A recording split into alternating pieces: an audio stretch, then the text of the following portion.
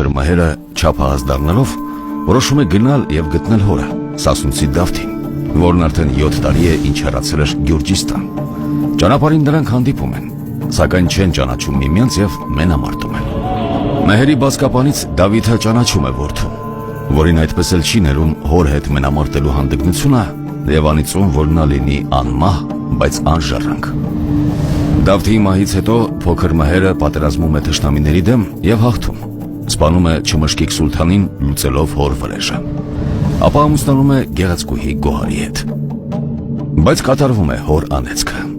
Մհերը մնում է անժառանգ, մեռնում է Գոհարը։ Երկար թափառումներից հետո մհերը եկավ ժայռի մոտ, որ ագրավակար էր կոչվում, զարկեց թուր կեցակիով, ճեղքեց այն ու Քուրքիկ Ջալալի նժույգի հետ մտավ ժայռի մեջ ու փակվեց։ Այդ օրվանից ժայռը նրա անվամբ կոչվում է Մհերի տուր։ Այո, դուք ճիշտ հասկացաք։ Ես հիմա կանգնած եմ այդ դռան առաջ։ Ագրավակարը, Խալդի դարպասը ու Մհերի դուռը։ Երեքը մեկում տարբերակով։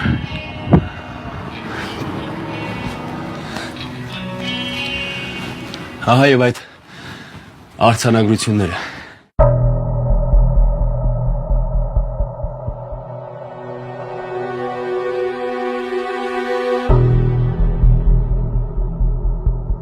Անարդարությամբ լցված երկրի հողը չէր դիմանում արևային հերոսի ոտքերի տակ ու նա փակվեց ժայռում։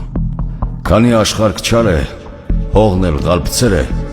մեջ աշխարհքին ես չեմ մնա։ Որ աշխարհ կավերվի, մեկ էլ շինվի, երբ որ ցորեն եղավ քանց մասուրմի ու գարին եղավ քանց ընկույզմի, այն ժամանակ հրամանք կա, որ ելնենք այդտեղեն։ Իմացաք, թե երբ է գալու աշխարհի վախճանը։ Երբ ցորենի հատիկը դառնա մասուրի եւ գարին էլ ընկույզի չափ։ Ինչու է այսքան շատ սիրում այս պատումը մեր ժողովուրդը։ Միգուցե այս պատմությունը ուղղակիորեն կապված է ապոկալիպսիսից հետո Մեսիայի հայտնվելու հետ։ Ասում են, որ տարիներ անց միայն մի հովիվ է կարողացել տեսնել փոքր մհերին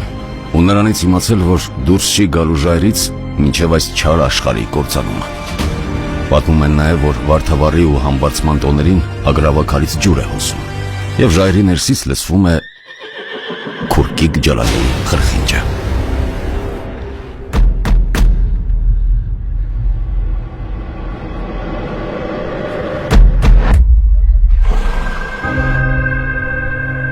Մհեր!